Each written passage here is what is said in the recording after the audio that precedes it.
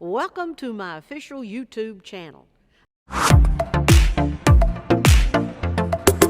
So I filled my top loader machine with hot water, then added baking soda and white vinegar.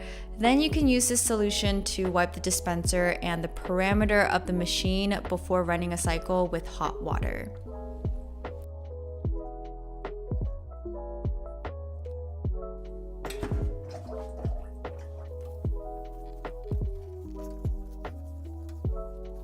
Then did my typical laundry routine of washing with my go-to laundry detergent and stain remover Star Boost.